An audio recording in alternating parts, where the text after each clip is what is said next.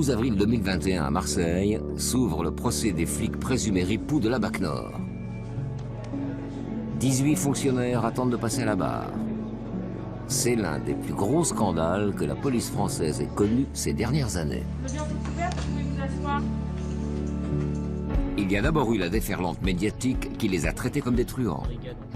Ceux qui sont dépositaires de la loi sont aujourd'hui des corrompus, des ripoux. C'est des policiers qui ont franchi la barrière et qui ne font plus partie dans notre cœur de policiers. C'est des voyous. Puis le film Phénomène BAC Nord qui en a fait des héros de cinéma. Voici maintenant la véritable histoire de la BAC Nord.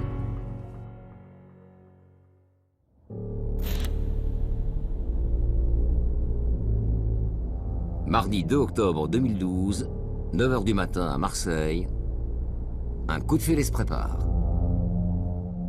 On est debout tous les deux avec mon mari et on entend police, police, mais très très fort. J'y crois pas, sur le coup, j'ai même du mal à y croire. Laetitia J. est femme de policier. Ce jour-là, elle ne s'attendait pas à voir débarquer l'IGPN, l'inspection générale de la police nationale. Et je réalise que c'est grave quand je vois dans quel état on met ma maison. C'est pire qu'un cambriolage. Le lit retourné, les draps jetés par terre. Ils dévissaient même les jouets de ma fille. Dans ma chambre, les dessous qui sont par terre, les habits. La maison est sans dessus-dessous. Les inspecteurs sont persuadés de trouver de l'argent et de la drogue. Et voilà que sous le compteur électrique, ils tombent sur des barrettes de cannabis. 78 grammes exactement.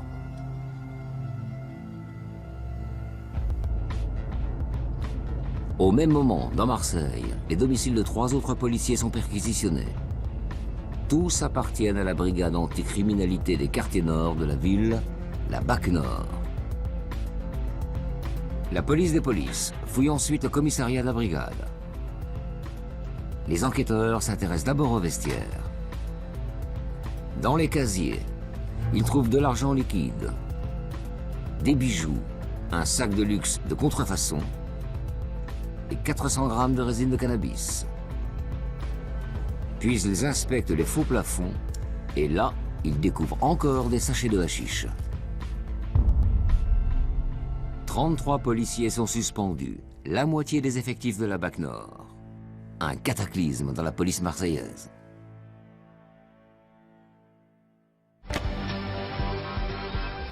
À Marseille, l'enquête menée par la police des polices prend donc chaque jour un peu plus d'ampleur. 12 fonctionnaires sont en garde à vue, 15 autres sont entendus.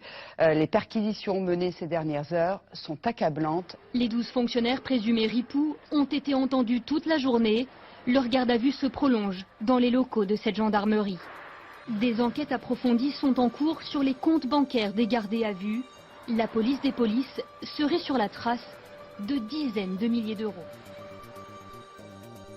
Les policiers sont soupçonnés d'avoir soutiré de grosses sommes d'argent à des dealers. Ils sont traités comme de vulgaires voyous. Dans la foulée, le procureur de Marseille organise une conférence de presse. Ces mots frappent fort.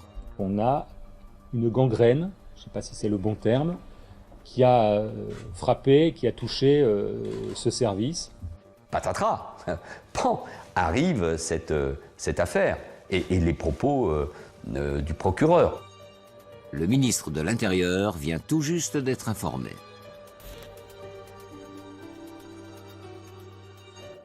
Les faits sont particulièrement graves et donc je prends conscience du choc que cela peut procurer. Mais il n'y a pas d'autre choix que de prendre des décisions fortes. Manuel Valls décide aussitôt de dissoudre la BAC Nord. Une mesure exceptionnelle. Devant les journalistes, le ministre use lui aussi des mots les plus durs. Il n'y a pas de place dans la police pour ceux qui se détournent des règles, pour ceux qui salissent l'uniforme de la police. Merci. Mon souci, c'est que on comprenne que l'action de la police sur Marseille, en général, mais sur Marseille, ne va pas être entravée, entachée, salie par ces agissements. Les 12 policiers incriminés passent 4 jours en garde à vue, un délai habituellement réservé au grand banditisme. Puis le couperet tombe, 7 d'entre eux partent pour la prison. À l'intérieur du véhicule, encadré par des enquêteurs de l'IGPN, un policier de la BAC. Il quitte le palais de justice pour la prison, comme 6 autres de ses collègues. Devant le tribunal, les policiers, la famille, accusent le coup. Là, j'avais tout son dossier et je fais tout tomber par terre. Toutes les feuilles, je les fais tomber par terre parce que j'y crois pas. Et je me rappelle avoir tellement... j'ai pleuré et j'ai appelé mon père parce que je croyais pas à ce qui était en train de se passer. Les chefs d'accusation sont lourds. Vol et raquettes en bande organisée, trafic de drogue et violence aggravée. Ils risquent 20 ans de prison. Que s'est-il passé pour que la BAC Nord, considérée jusque-là comme la meilleure BAC de France, soit décimée du jour au lendemain? S'entendre dire qu'il a ça l'uniforme, c'est la pire des insultes. Ces flics sont-ils vraiment des ripoux? Ou ne font-ils que répondre à la pression de leur hiérarchie? Il fallait bricoler, il fallait parfois mentir pour arriver à mener notre mission de policier de terrain. Ils ne sont pas cadrés. Ils ne sont pas cadrés par la hiérarchie intermédiaire, par les officiers. L'affaire de la BAC Nord, c'est aussi l'histoire de fonctionnaires victimes d'un conflit à la tête de la police marseillaise. Il y a cette guerre de chefs, on savait que tôt ou tard ça allait déraper. Oui.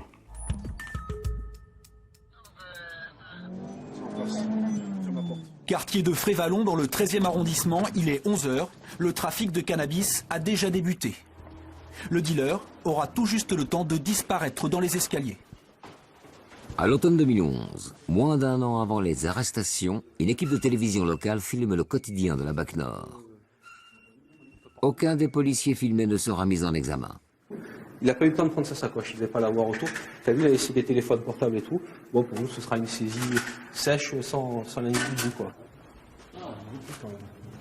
Ah, de la bœuf. Voilà, voilà. Des journées dopées à l'adrénaline. Leur mission se limite à attraper les délinquants en flagrant délit, à faire du saut-dessus, comme disent ces policiers. C'est des chiens de chasse. Ils attendent, ils flairent, ils trouvent, ils prennent, ils ramènent. Ils excellent dans ça. Leur terrain de chasse, ce sont les quartiers nord de la ville et leurs cités délabrées. Là où se concentre la pauvreté. Le trafic de cannabis y prospère, à ciel ouvert. À cette époque, le brigadier-chef Lamola côtoie la BAC Nord sur le terrain.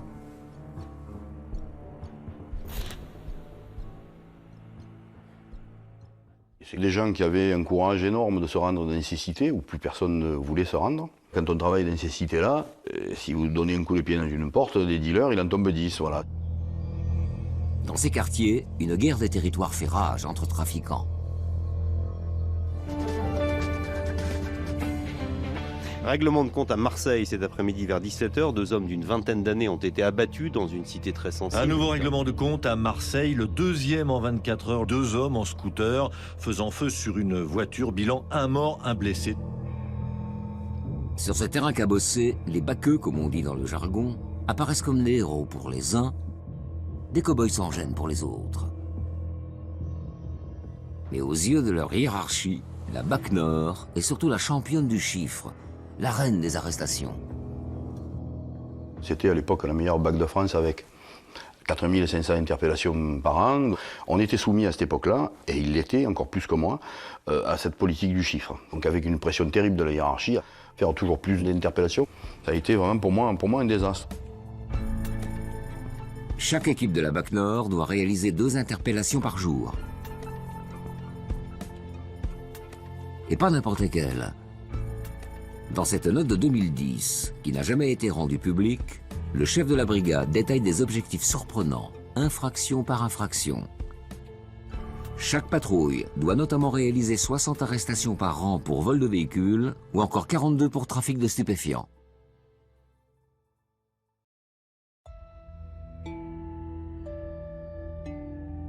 Mais pour surprendre un délinquant la main dans le sac, il leur faut beaucoup de chance. Ou alors, pour certains, recourir à des procédés illégaux. Vous ne pouvez pas attraper un trafiquant en arrivant avec les sirènes. Ça ne marche pas comme ça.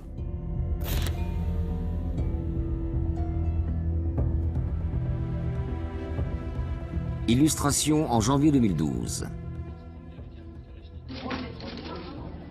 Ce jour-là, les membres de la BAC Nord font l'actualité grâce à une saisie record de 10 Kalachnikov.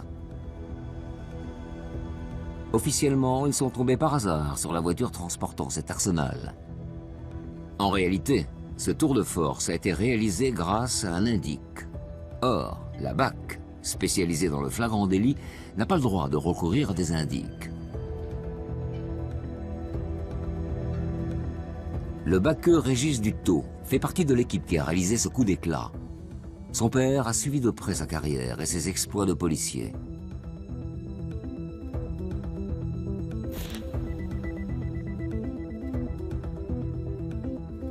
Il se souvient du concert de louanges qui a salué la saisie des Kalachnikov. Bon, là, les autorités se sont félicitées de cette opération. Il y a eu une conférence de presse, il y avait le procureur d'Alès, il y avait le préfet de police, il y avait tout le monde. Ils ont félicité la BAC, etc. Mais personne ne s'est posé la question comment ce service-là est tombé sur cette voiture. Bon, sauf que c'est parce qu'il y a eu une info par un indique. Voilà, donc ce sont les indiques qui servent à ça. À la BAC, Régis Dutot a son propre indique. Il le paie avec du cannabis récupéré au cours des interpellations. Là encore, ça lui est interdit. Comme il n'allait pas les payer avec son salaire, il y a cette façon de faire qui n'est pas légale, mais qui n'est pas non plus tellement inconnue de l'ensemble de la hiérarchie. Ce procédé lui a valu d'être mis en examen pour détention de stupéfiants lors du scandale de la BAC Nord. Tout le monde savait que Régis Dutot avait un informateur. Et tout le monde savait que la BAC ne disposait pas des deniers permettant de rémunérer un informateur. Il savait pertinemment qu'il se débrouillait un peu comme il pouvait pour rémunérer son informateur. Ça n'intéressait personne de se poser des questions. Peu importe les méthodes employées, l'important c'est le résultat. Et celui-ci réjouit la hiérarchie. Les officiers ont bien conscience des contraintes qu'ils font subir à ces fonctionnaires au quotidien. En contrepartie, ils leur laissent les coudées franches.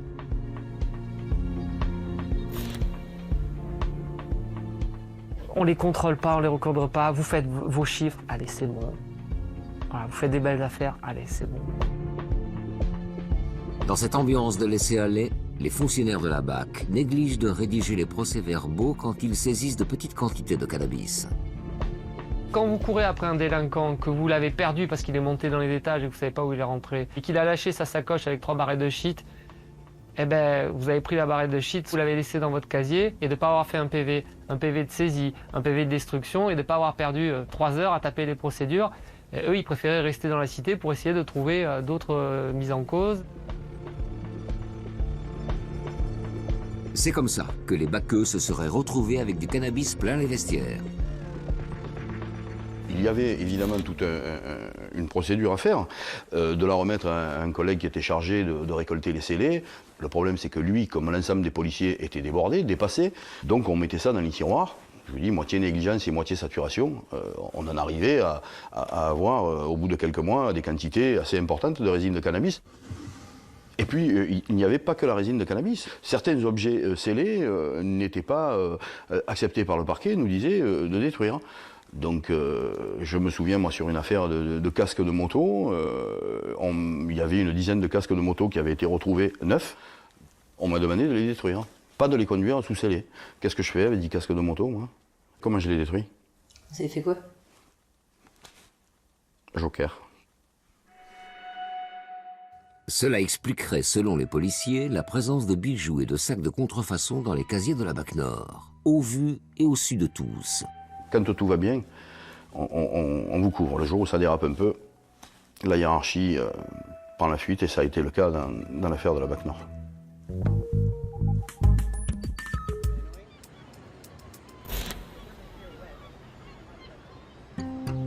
Les prémices du scandale remontent à l'automne 2009. 3 ans avant les arrestations dans le secteur de la Porte d'Aix. Tout est parti d'un militant associatif de ce quartier très pauvre du centre-ville.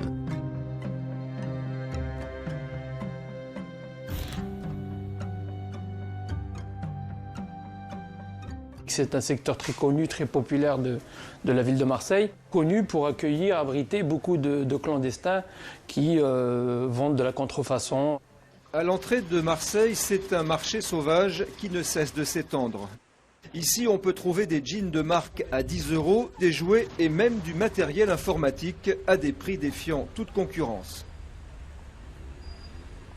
Un jour, j'assiste à une interpellation d'un individu et les policiers qui sont civils de la BAC font entrer l'individu dans une entrée d'immeuble, ressortent avec des gros sacs de sport pleins de cigarettes, mettent ça dans leur coffre et quittent la scène. Ce qui m'interpelle, c'est que le jeune en question quitte l'entrée d'immeuble, remonte la rue et les policiers partent de leur côté. Il n'y a pas d'interpellation comme on connaît d'habitude. Et c'est pour ça que c'est à partir de là où je me suis intéressé et j'ai commencé à investiguer de mon côté. Omar Djelil en déduit que ces baqueux raquettent les vendeurs à la sauvette. Il dénonce les faits auprès des autorités policières. Je vais être convoqué par une femme, officier de police, qui va reprendre les éléments qui sont à sa disposition. Je vais les confirmer, je vais signer mon PV d'audition. Et un peu plus tard, je recevrai une lettre de fin de non-recevoir. L'affaire est classée sans suite. Parole d'habitants contre parole de flics, les investigations tournent court. D'autant que le vendeur à la sauvette ne porte pas plainte. Mais à Marseille, cette affaire fait jaser et la rumeur commence à enfler. Les méthodes douteuses de la BAC Nord deviennent une histoire qu'on aime se raconter dans les cités.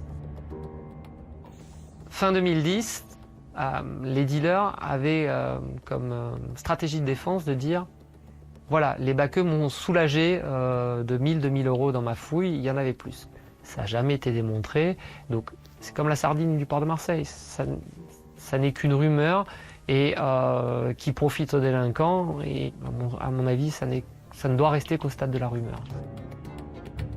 Contre toute attente, au lieu de s'éteindre, cette rumeur prend une autre tournure le jour où elle est relayée par un membre de la BAC Nord. L'homme par qui le scandale va éclater. Nous sommes toujours à l'automne 2009. Sébastien Benardo vient d'être écarté de la brigade pour mésentente avec ses coéquipiers.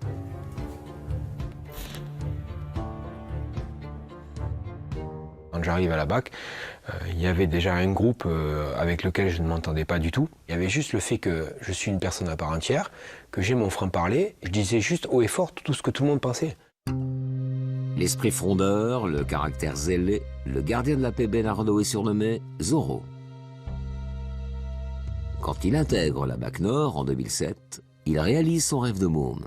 À titre personnel, c'était un challenge, c'était atteindre le meilleur de ma carrière. La BAC Nord, c'est là où tous les policiers qui ont ce goût de l'adrénaline, ce goût du travail accompli, se doivent d'aller. Sa mutation est d'autant plus dure à vivre. Lui reviennent alors en tête les petites combines de ses collègues sur lesquelles il aurait fermé les yeux. S'il y a moyen de récupérer un paquet de clopes pour aller éviter de l'acheter à 10 €, ben ils le font, point. Et c'est pas de l'enrichissement personnel où ils récupèrent des 3, 4 000, des 10 000 €. C'est des petites sommes au quotidien qui vous servent pour vos cigarettes. C'est juste pour éviter de sortir de l'argent de leur poche. Sébastien Benardo entend lui aussi les dealers se plaindre de raquettes. Il n'est jamais témoin direct, mais il se forge une conviction. Un dealer qui se fait alpaguer par un autre groupe de la BAC, qui nous dit on m'a dépouillé ma sacoche, etc. Et, je vois pas l'intérêt de dire ça si ça n'a pas été effectif. Quand on allait dans le bureau du capitaine et qu'on lui expliquait ce qui se passait, il nous disait toujours oui, il ne faut pas croire tout ce que les délinquants vous disent, etc. Donc au bout d'un moment, ben, effectivement, vous en avez marre, quoi. Donc voilà. Dès lors, le policier n'a de cesse de dénoncer ses anciens collègues. Pendant des mois, personne ne le prend au sérieux, jusqu'à sa rencontre avec un homme très haut placé. Le 31 août 2011, Marseille change de préfet délégué à la sécurité. À 9 mois de l'élection présidentielle, le président Nicolas Sarkozy s'inquiète. Dans la cité phocéenne, les chiffres de la délinquance sont mauvais. Depuis le début de l'année, les vols à main armée ont augmenté de 40%. Marseille est une vitrine en matière de sécurité. Ces piètres résultats risquent d'être au cœur de la future campagne. Le chef de l'État dépêche donc l'un de ses fidèles pour sauver son bilan. Le nouveau sauveur, c'est lui. C'est en tout cas ce qu'espère le gouvernement. Alain Gardère, 54 ans, chargé de remettre de l'ordre dans la cité phocéenne.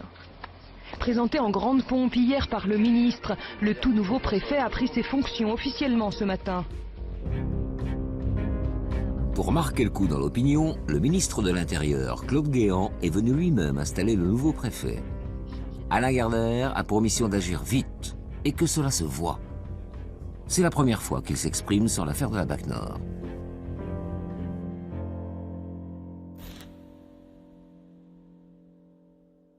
Malheureusement, à Marseille, à cette époque-là, la situation était très tendue dans la rue. Et les gens dans la rue, plus d'une fois, m'ont dit effectivement qu'il y en avait assez de ce qui se passait à Marseille. Donc j'ai essayé simplement de m'adapter à ce qu'on me demandait et de le faire le mieux du monde. Volontaire et direct. Un peu trop peut-être. Dès les premiers jours, le préfet agace les patrons de la police marseillaise. À l'entendre, on le prendrait de haut uniquement parce qu'il est issu de la préfecture de police de Paris. Les gens en province, parfois, on regarde la préfecture de police d'un air un peu jaloux et aussi envieux. Voilà, donc c'était pas forcément la chose la plus... ce qu'ont apprécié le plus les directeurs en place, quoi. Cette image me desservait plutôt que de me servir. Voilà. Le nouveau préfet a peu de prise sur les chefs locaux de la police. Il se sent entravé dans son action. Ces dissensions tournent au conflit avec un homme, le numéro 1 de la sécurité publique du département, Pascal Lal, le grand patron de la BAC Nord. D'un côté, une personnalité réservée, réputée de gauche, de l'autre, l'émissaire volcanique de la Sarkozy. Il y avait deux personnalités, deux idéologies, deux visions de l'institution, et je pense des obédiences politiques qui s'opposaient aussi, oui. Oui, il y avait de l'affrontement. En gros, ce que l'un proposait était désavoué par l'autre. Une semaine après sa prise de fonction, monsieur le préfet est invité à manger un couscous chez des habitants des quartiers nord. Il s'avère que je suis né en Algérie.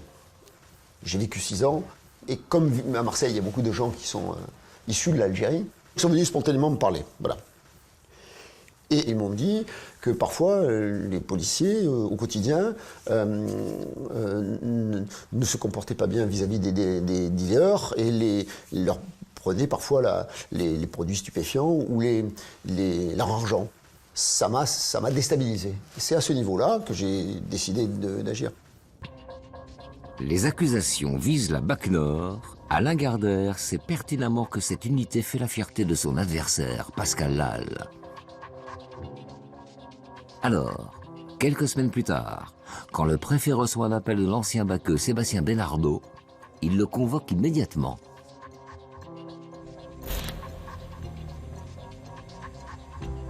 Cette rencontre est décisive. Le 21 octobre 2011, en fin de journée, Sébastien Benardo entre discrètement dans la préfecture de police de Marseille.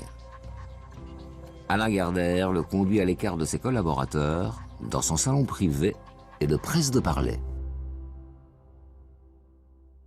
Il dit que je viens de la part du président de la République, monsieur Sarkozy, et je suis ici pour faire le ménage. Et sa question a été, monsieur Benardo, j'entends partout que des fonctionnaires de la BAC se serviraient dans les cités. Je veux savoir votre vérité. L'ancien de la BAC Nord s'exécute. Il détaille longuement tous les méfaits dont il accuse ses anciens coéquipiers. C'est un policier qui peut-être avoir un côté un peu hâbleur. Néanmoins, l'entendre de la bouche d'un ancien baqueux, puisque c'est comme ça qu'on les appelle, c'est assez troublant. À entendre Sébastien Benardo, Alain Gardère ne cacherait pas ses motivations profondes. Gardère, il me dit ouvertement qu'il veut la tête de Lal, mais il ne me dit pas le pourquoi du comment. Le préfet appelle aussitôt le directeur de l'IGPN de Marseille, dont le bureau est situé à l'étage du dessus. Je lui demande de venir écouter ce que dit ce policier. Au bout du fil, Didier Cristini. Ce commissaire divisionnaire descend immédiatement. Il connaît le préfet de longue date. Il se tutoie même. M. Cristini, il est troublé comme moi, et il a une décision à prendre. Didier Cristini annonce d'emblée qu'il s'empare de l'enquête. Entre les trois hommes, un pacte aurait été scellé. Ça se finit par une mise en garde du préfet en me disant « je vous demanderai de rester très discret ».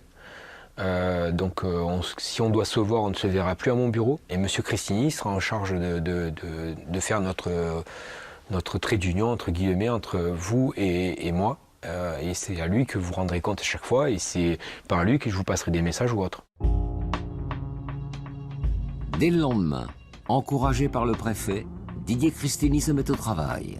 Il tient là l'enquête d'une vie. Le commissaire est un taiseux, un fonctionnaire à l'ancienne, l'homme idéal pour œuvrer dans l'ombre. Il commence par ressortir les auditions où des dealers ont accusé des membres de la BAC Nord. En 2009, un dénommé Mehdi est arrêté par 3 policiers en forme blanche. Il raconte sa fouille.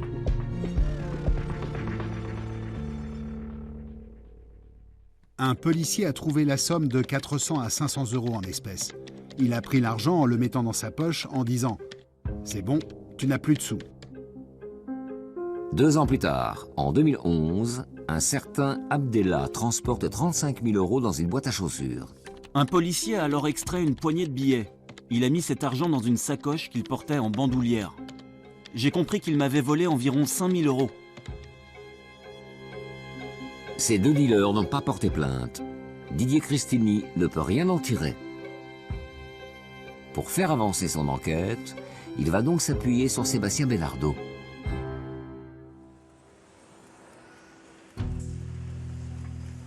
Toutes les 3 semaines, les 2 hommes se donnent rendez-vous dans une brasserie à 10 minutes à pied de la préfecture de police de Marseille.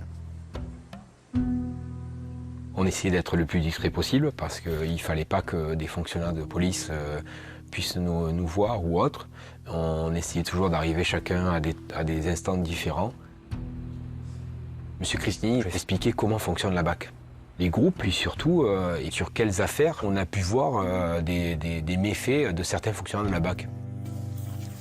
Le chef de l'IGPN de Marseille a aussi apporté des plans du commissariat des quartiers nord. Il a fallu lui expliquer où certains fonctionnaires cachaient ce qu'ils récupéraient. Et lui expliquer exactement par rapport au casier où était planquée la résine de cannabis, etc., etc. Ils ne sont pas allés taper dans les plafonds par hasard. Hein. Je lui avais dit que cette planque était une planque sûre et certaine.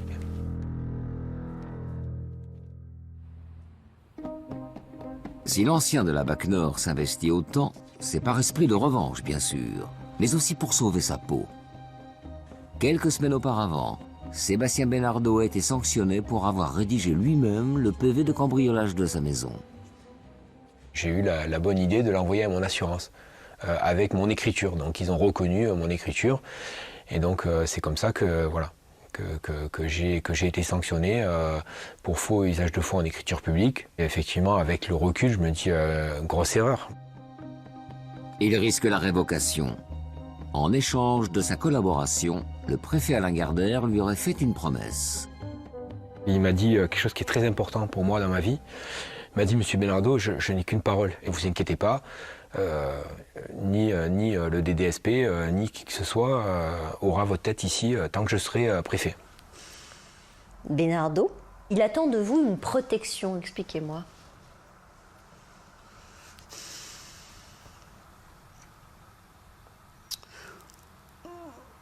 Alors, je regrette que cette affaire tourne autour du nom de ce policier.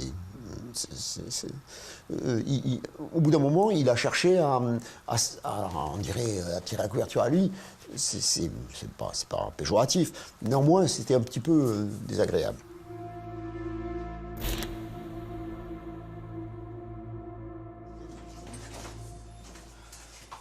De son côté, le patron de l'IGPN de Marseille met un coup d'accélérateur à son enquête. On le découvre dans ce reportage qui ne concerne pas la BAC Nord et qui a été tourné quelques mois plus tard sur son lieu de travail. Le 6 janvier 2012, Didier Cristini place sur écoute le téléphone de 9 membres de la BAC Nord. Le commissaire consigne patiemment chacune de leurs conversations. Le secret est jusque-là bien gardé. Didier Cristini est confiant. Mais à peine un mois plus tard, un événement chamboule tous ses plans. Le 26 janvier 2012, le magazine Le Point publie un article au titre sans équivoque. Des ripoux à la BAC des quartiers nord. Il dévoile l'existence de l'enquête de l'IGPN.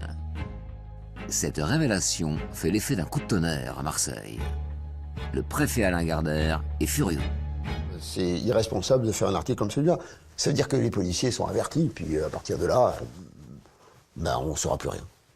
Si par hasard ils avaient dans leur action du quotidien une action qui n'était pas recommandable, ils arrêtent, puis c'est tout. C'est simple.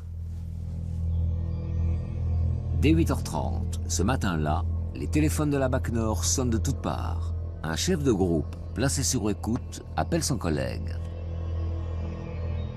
Tu as vu l'article? À mon avis, on va se faire démonter le cul. Je suis allé voir sur Internet. Alors, qu'est-ce qu'il dit? En gros, il détaille pas, il parle des ripoux de la BAC Nord. Ah, ma foi. Donc j'espère qu'il n'y a pas eu des transpirations. Jusqu'à la parution du Point, Pascal Lal, l'adversaire du préfet, ne savait rien de l'enquête de la police des polices. Et il comprend tout de suite la menace. Si l'affaire explose, c'est toute son action de terrain qui sera entachée. Le jour même, à 16h30, le directeur de la police marseillaise convoque en urgence les chefs de groupe de la BAC Nord. Pascal Lal fixe son auditoire avec gravité. Il n'y a pas de fumée sans feu, assène-t-il d'un ton cinglant. Si des têtes doivent tomber, ce seront les vôtres, pas la mienne. À eux, désormais, de mieux contrôler leurs troupes. Monsieur Lal avait dit, maintenant, la presse vous a à l'œil, faites attention. Voilà. Et moi, je vous ai à l'œil, donc je veux plus d'écart. Il avait été rappelé à l'ordre, donc il risquait pas de faire un pas de travers. 1 heure après cette réunion, l'un des chefs de groupe placés sur écoute appelle l'un de ses collègues. Bon, j'ai réuni les gars que j'avais. Je leur ai dit, moi, des affaires de stup, j'en veux plus. Déjà pour commencer. Ou alors carré. Si c'est pas carré, je prends pas. Le mec, il est interpellé, on fait comme d'habitude. On le ramène avec ce qu'il a, et puis c'est fini. Voilà. Bon, on parlera mieux demain. Le chef de l'IGPN accuse le coup. Il écrit au procureur de Marseille. La diffusion de l'article du Point vite connu des policiers de la BAC Nord a encore accru la méfiance qu'ils avaient vis-à-vis du téléphone. Mais le commissaire ne lâche rien, bien au contraire. Pour relancer son enquête, Didier Cristini demande de recourir à des moyens exceptionnels, la mise sur écoute des voitures de la BAC Nord. Pour cela, il a besoin de l'aide du préfet. Je trouve que c'est un gros dispositif. C'est un gros dispositif. Quelque chose que, on va dire, je n'avais pas connu. Voilà. Donc, je pensais même pas que c'était possible, pour tout vous dire. Voilà. Ça veut dire, sonoriser des voitures, c'est compliqué, techniquement. Alain Gardère use de toute son influence pour discrètement mettre en place ce placement sur écoute. Il fait d'abord rentrer au garage les 6 véhicules de patrouille pour révision.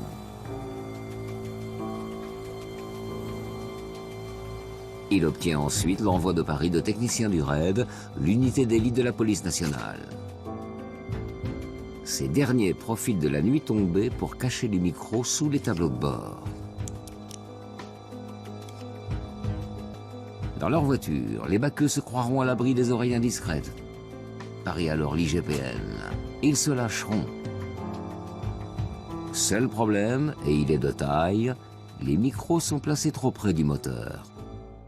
Les écoutes qui ont été faites d'abord au sein des véhicules, c'est à mourir de rire. Ils avaient des micros qui n'enregistraient à rien. Souvent, ils sont en train de rouler, il y a le gyro, il y a le 2 tons, il y en a un qui parle, l'autre qui prend la radio. Lorsqu'on entendait quelque chose, ça n'était pas forcément audible, ça n'était bien évidemment pas du langage de procès-verbal ou de magistrat instructeur, c'est du langage, j'allais dire, de collègues de travail, dans un environnement particulier, bruyant, etc.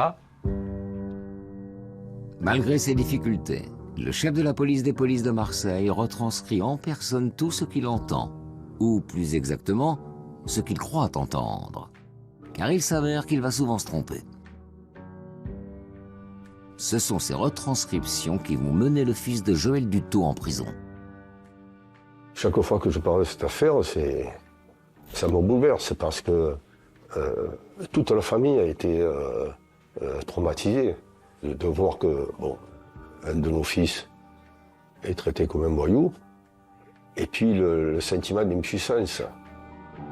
Quand son fils est écroué, la vie de Joël Dutot s'arrête net. Cet ouvrier à la retraite n'est pas un familier des dossiers judiciaires, mais il a une obsession, démêler le vrai du faux de cette histoire. Il faut que je me mette à comprendre qu'est-ce que c'est cette affaire-là. Voilà, je veux savoir. Il y a mon fils, mais il n'y a pas que mon fils. Ça me paraît une affaire... J'ai étudié toutes les transcriptions. Toutes. Tous les rapports de l'IGPN. Donc il a fallu que je passe des jours et des nuits à comprendre, à noter, à revenir, etc., à me faisant expliquer, à me faisant aider. Joël Dutot étudie les procès-verbaux de l'IGPN. Il les compare avec les auditions des policiers mis en examen. Il découvre alors que certaines retranscriptions comportent des erreurs, des fautes d'interprétation confirmées par le dossier d'instruction. Comme ce 18 juillet 2012 à 16h43. Des agents de la BAC viennent de remonter dans leur voiture après un contrôle d'identité. Ils ont ramassé quelque chose par terre. Le chef de l'IGPN ignore ce qu'ils ont récupéré, mais voici les propos qu'il devine dans le brouhaha.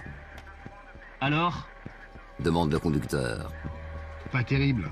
Répond son collègue. Et puis il ajoute. 500, tu vas voir. Le conducteur. Tu nous passes ? L'IGPN imagine alors que les policiers sont en train de se partager un butin de 500 €. En réalité, voici ce qui se dit ce jour-là. Alors ? Pas terrible. Tiens, 100, tu vas voir. Ce n'est pas de l'argent, mais un petit sachet de marijuana que le policier tient dans sa main et fait sentir à son collègue. Un sachet sans grande valeur qu'il jette ensuite par la fenêtre. Il y a énormément de tronçons qui ont été considérés comme audibles qui ne l'étaient pas. Il y a des morceaux de phrases qu'on a complétés et il y a des morceaux de phrases qu'on a tronqués. C'est-à-dire que la police des polices, quand elle n'avait pas les éléments, se les est fabriqués. Au moment où Didier Cristini fait ses retranscriptions, il a tellement de mal à entendre ce qui se dit dans les voitures qu'il demande l'aide d'un laboratoire spécialisé en analyse acoustique. Ce dernier démontre que dans certains PV, 65% des phrases retranscrites par l'IGPN seraient inexactes. Dans un premier temps, la police des polices n'aurait pas tenu compte de cette expertise. Ce qui doit prévaloir, c'est l'expertise. Parce que c'est le laboratoire qui a les moyens scientifiques et techniques pour essayer d'isoler les bruits. Voilà. Je ne comprends toujours pas pourquoi reste dans le dossier la transcription originelle de l'IGPN alors qu'elle ne correspond pas à la réalité. Voilà. Ça, moi, je ne sais pas, je ne comprends pas. Sans ces retranscriptions d'écoute, pas de mise en examen. Elles sont le socle sur lequel repose le dossier judiciaire. Quant à Didier Cristini, il n'a pas souhaité être interviewé. La justice a été d'une part instrumentalisée dans le dossier et d'autre part, Ça a permis de donner un sens à une rumeur marseillaise qui était de dire « ouais, la BAC Nord, c'est des flics ripoux, ils se servent sur la bête, ils prennent des sacoches ». On avait besoin d'y croire, et bien là, on avait peut-être la possibilité que ce fantasme devienne une réalité.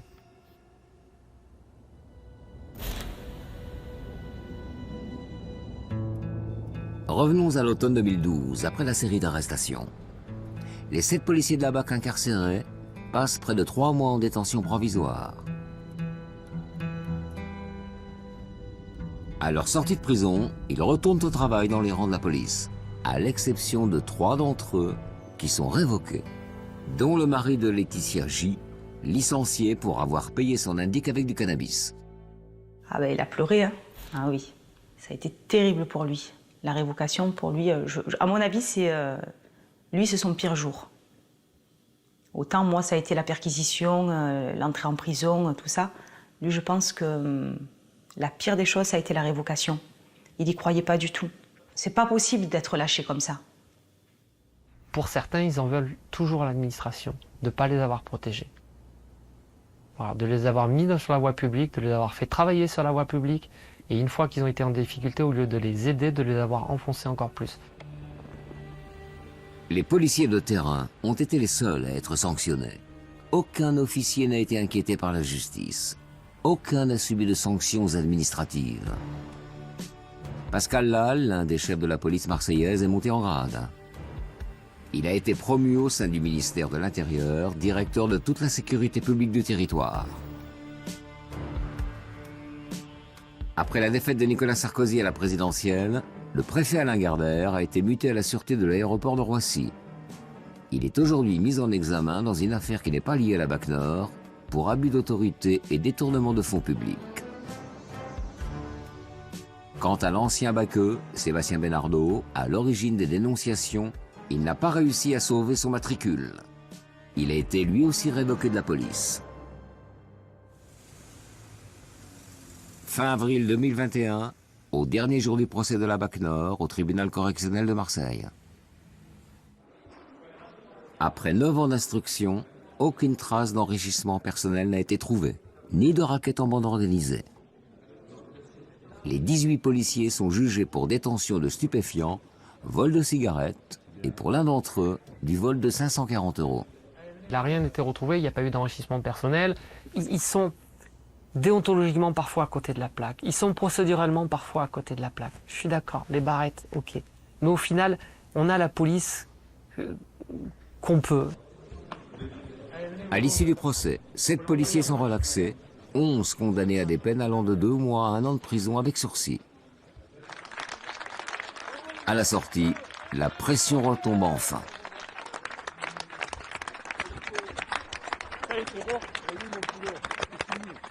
Ça a été très compliqué pour certains d'entre eux. Il y en a certains qui s'en sont de toute façon jamais remis. Il y en a même qui se sont séparés. Mais je ne pense pas qu'ils s'en remettront un jour de ça. Je me dis, mais quel gâchis humain pour ces gens-là, pour les fonctionnaires et les familles. 10 ans où vous attendez, 10 ans pour en arriver là. C'est dommageable, oui. C'est dommageable. C'est dommageable. C'est une mauvaise affaire pour tout le monde. Pour la police, pour les policiers, une mauvaise affaire. C'est une très mauvaise affaire. Mais 11 ans plus tard, qu'est-ce que les gens ont retenu? Cette affaire n'est pas encore finie. Le parquet a fait appel. 12 policiers repasseront devant les juges en septembre prochain.